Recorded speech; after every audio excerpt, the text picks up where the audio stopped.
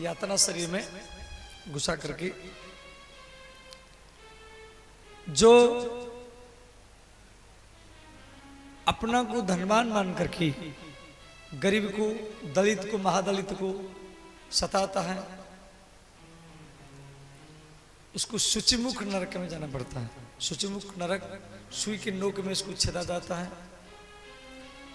और जो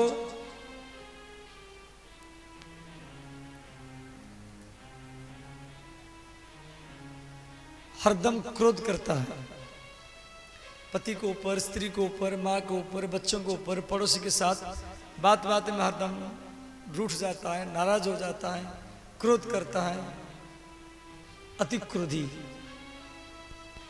तो उनको द्वंद्वसुख नरक में जाना पड़ता है। द्वंद्वसुख नरक क्या होता है? जो सर्पों के बीच में छोड़ा जाता है, सर्प उसको काटते रहते हैं, सारा शरीर में सर्प का जहर फैलता है, वो तड़पता रहता है, मरता नहीं, सिर्फ कष्ट होता है। अब आप बोलेंगे बाबा, जब ये शरीर को, जिस शरीर में व्यक्ति पाप किया, उस शरीर को यहीं पर छोड़ के जाता है, भाई इसी शरीर को तो बच्चे जलाते हैं, अब कौन सा शरीर में उसको दंड मिलता है? ऐसा प्रश्न आपके मन में आ सकता है।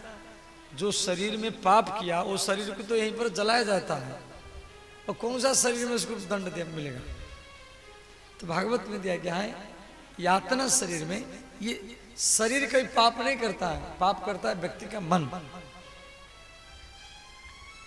शरीर तो जड़ है, ये किराए का मकान है, ये शरीर क्या है? ये किराए का मकान है, परंतु इसमें किराएदार वो बोलने वाला जीवात्मा है, जो बोल रहा है, देख रहा है, सुन रहा है, जो हाथ में हिल रहा है, पैर में चल रहा है। और ये शरीर, ये दोनों अलग है। शरीर तीन प्रकार के होते हैं। शरीर सूक्ष्म, स्थूल शरीर, सूक्ष्म शरीर और कारण शरीर। स्थूल शरीर जो दिखाई दे रहा है आपका, हमारी सबका है, और ये शरीर जड़ है, ये ढक्कन है, इसके भीतर में कुछ सूक्ष्म शरीर है। सूक्ष्म शरीर क्या है? जैसे आंख में रह करके देख रहा है, अब मरने के बाद में आंखें, परंतु आंख दिखता नहीं है। मरने के बाद में कान भी है, और कान सुनता नहीं है, और मरने के बाद में मुख भी है, और मुख बोलता नहीं है। मरने के बाद में हाथ भी है, हाथ हिलते नहीं है, पैर भी है, पैर चलते भी नहीं है। ध्यान देना। तो आंख में दिखने वाला, कान में सुनने वाला, नाक में सूंघने वाला, मुख में बोलने वाला, हाथ में हिलने वाला, पैर में चलने वाला, वो शरीर से निकल जाता है। उस शरीर से निकल जाता है, उसको बोलते इंद्रिय युक्त मन। इंद्रिय युक्त मन, उसका नाम है सूक्ष्म शरीर। ध्यान देना। वही पाप करता है, उसी को ही दंड मिलता है, इसी शरीर को नहीं। ये शरीर को तो आप छोड़ के जाएंगे। इसीलिए हमारा मन क्या कर रहा है, ये मुख्य बात है। तो घर में क्रोध करना नहीं चाहिए। एक थोड़ा सा क्रोध व्यक्ति को गड्ढा में डाल देता। थोड़ा सा क्रोध करेंगे, फिर आपस में डंडा उठेगा, फिर पिटा पिटी करेंगे, फिर बंदूक उठेगा, कोई गोली मारेगा, गोली मारेगा तो कोई मरेगा, तो फिर केस होगा। अब एक व्यक्ति केस हुआ तो जेल में जाएगा, और घर का एक ही व्यक्ति जेल में चला गया, सारा घर के जितना से व्यक्ति उसके पीछे दिमाग लगाते रहते हैं। इतवार में जाओ मिलने के लिए, सने कभी समझ हर महीना में मिलने के लिए जाओ, कोर्ट में, एक जेल में, सब कमाते जाओ, और वकील को देते जाओ, जज को देते जाओ। माने फिर उसके बाद में मैंने थोड़ा सा क्रोध माने उसके बाद सजा पड़ता है, और सजा में मर्डर केस के लिए 10 साल 20 साल सजा पड़ जाता है। तो 1 मिनट का क्रोध, 1 क्षण का क्रोध आपका 20 साल का इनकम, 20 साल का कमाई, 20 साल का समय, 20 साल का जो आप प्रतिष्ठा, या 20 साल के जो भी आप सत्कर्म कमाए, मैंने सब बर्बाद कर दिया। फिर भी 20 साल के बाद में आपको मिलना पड़ेगा, समझौता करना पड़ेगा। तो वो काम को पहले क्यों नहीं करेगा? इसलिए भागवतकार कहते हैं कभी क्रोध करना नहीं चाहिए। और क्रोध भी 2 प्रकार के होते हैं, एक होता है जान करके करना, एक होता है अनजाने में करना। माने एक है बिगाड़ने के लिए क्रोध करना, एक है सुधारने के लिए क्रोध करना। क्रोध भी 2 प्रकार के होते हैं। किसको बिगाड़ने के लिए क्रोध करेंगे तो आपका शरीर हिलेगा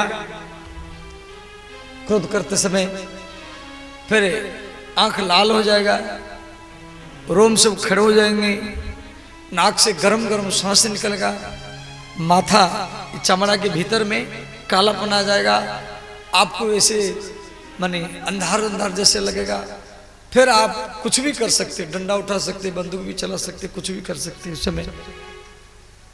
और ये होता है बिगाड़ने का क्रोध, इससे आप फंस जाएंगे। 20 साल का भजन समाप्त हो जाएगा, पुण्य नष्ट हो जाएगा, सत्कर्म नष्ट हो जाएगा। ऐसा कभी करना नहीं चाहिए। और दूसरा है सुधारने का क्रोध, जैसे माँ बच्चा के ऊपर करते हैं, माँ भी बच्चा के ऊपर क्रोध करती है। बच्चा पढ़ता नहीं, हरदम खेलता रहता है, तो माँ उसके कान पकड़ करके थप्पड़ा मार देती है। माँ बच्चा के कान पकड़ करके थप्पड़ा मारती है, तो वहां माँ के क्रोध में बच्चा का हित है, माता पिता के क्रोध में बच्चा का भविष्य छुपा हुआ। इसलिए वहां पिताजी या माँ या गुरु वहां जो क्रोध करता है उसमें बच्चा का भविष्य बन जाता है। तो वो सुधारने के लिए क्रोध किया जाता है। तो ज्यादा क्रोध करना नहीं चाहिए, द्वेष भाव से कभी भी क्रोध करना नहीं चाहिए। उससे व्यक्ति को हरदम जो क्रोध करता रहता है बात बात में, उसको अगली जन्म में सर्प बनना पड़ेगा। भागवतकार ये 28 नरकों की कथा दिया गया है। जो हरदम क्रोध करता रहता है वो अगली बार सांप बनता है। और जो आए हुए अतिथियों का सम्मान नहीं करता है, बेइज्जत कर देता है, उसको विषमुख नरक में जाना पड़ता है। ऐसे बहुत दिया गया है। जो अंडा माछ मछली मुर्गा मुर्गी खाता है उसको कुंभीपाक नरक में जाना पड़ता है। उबला हुआ गर्म तेल में उसको छोड़ा जाता है। इसलिए अंडा माछ मछली मुर्गा मुर्गी वगैरह मत खाना। अब पहले खाते तो अब छोड़ देना। और पनीर खाना, पनीर समझ गए, अच्छा फल मूल खाना, सब्जी खाना। और चोरी नहीं करना है। जो सोना चांदी चोरी करने वाला, कपड़ा चोरी करने वाला, जूता चप्पल चोरी करने वाला, सब मैंने खिन भिन करके लिखा गया है भागवत में। जूता चप्पल करने वाला, चोरी करने वाला व्यक्ति गधा बनता है।